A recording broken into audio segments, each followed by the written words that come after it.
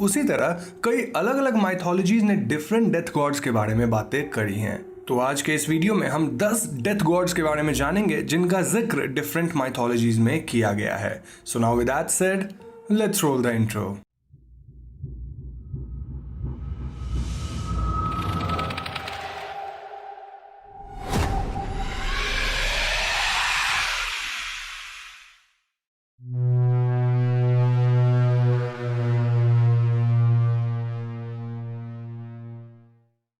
दोस्तों, वैसे तो इजिप्शियन माइथोलॉजी में कई डेथ गॉड्स का जिक्र है, लेकिन इस वीडियो में हम अन्यूबिस और ओसिरिस के बारे में जानेंगे।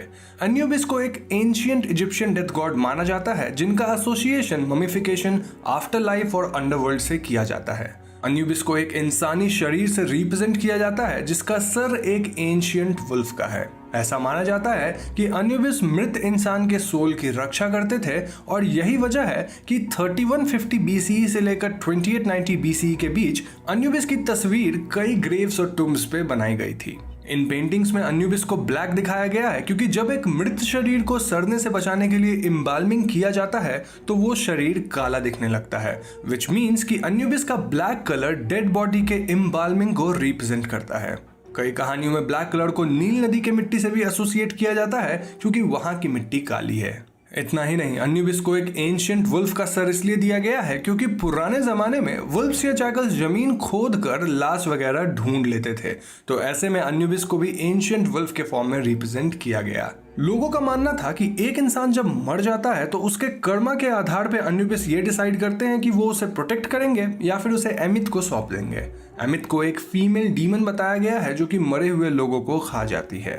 अब समय के साथ साथ ये कहानियां बदलने लगी और अब लोग ओसिरिस को गॉड ऑफ डेथ और आफ्टर लाइफ मानने लगे। इन कहानियों के हिसाब से अन्यूबिस ओसिरिस का बच्चा है और अन्यूबिस ने पहली बार ओसिरिस के मृत शरीर पे एम्बाल्मिंग परफॉर्म किया था, जिसके बाद अन्यूबिस को फ्यूनरी प्रैक्टिसेस के साथ एसोसिएट किया गया। खैर, बात करें ओसिरिस की तो ओसिरिस को गॉड ऑफ डेथ के अलावा फर्टिलिटी और एग्रीकल्चर से भी जोड़ा जाता है। ओसिरिस को एक डाइटी यानी देवता माना जाता है जिसका स्किन ग्रीन कलर का है और इसकी दाढ़ी एक फेरो जैसी है। इतना ही नहीं, इन रिप्रेजेंटेशंस में उनके पैर पार्शियली ममीफाइड होते हैं। ओसिरिस के सर पे एक अटेफ क्राउन होता है और वो हाथ में क्रुक और फ्लेल पकड़े हुए होते हैं। कहानियों के हिसाब से ओसिरिस के भाई सेट ने उन्हें मारने के बाद उनको टुकड़ों में काट दिया था और तब ओसिरिस की वाइफ आइसिस ने सारे पीसेस को रैप करके ओसिरिस को वापस जिंदा किया। ओसिरिस को डेड और अंडरवर्ल्ड का जज माना जाता है और तो और वो किसी को जिंदगी भी दे सकते हैं, इसीलिए उन्हें वेजिटेशन और फर्टिलिटी के साथ भी जोड़ा जाता है। ओसिरिस डेथ के बाद न्यू लाइफ का होप देते हैं जिसके चलते लोग उन्हें नेचुरल साइकिल्स जैसे फर्टाइल फ्लडिंग से भी एसोसिएट करने लगे। इजिप्ट की तरह जापानीज फोकलोर और लेजेंड्स में भी कई डेथ गॉड्स का जिक्र है और इसमें से एक है shinigami. Shinigami Japanese death gods या डेथ स्पिरिट्स हैं और एक तरह से वेस्टर्न कल्चर के ग्रिम रिपर के समान होते हैं, लेकिन ग्रिम रिपर के मुकाबले शिनिगामी थोड़े कम डरावने होते हैं। शिनिगामी शब्द दो शब्दों से बना है, शी यानी डेथ और कामी यानी गॉड या फिर स्पिरिट।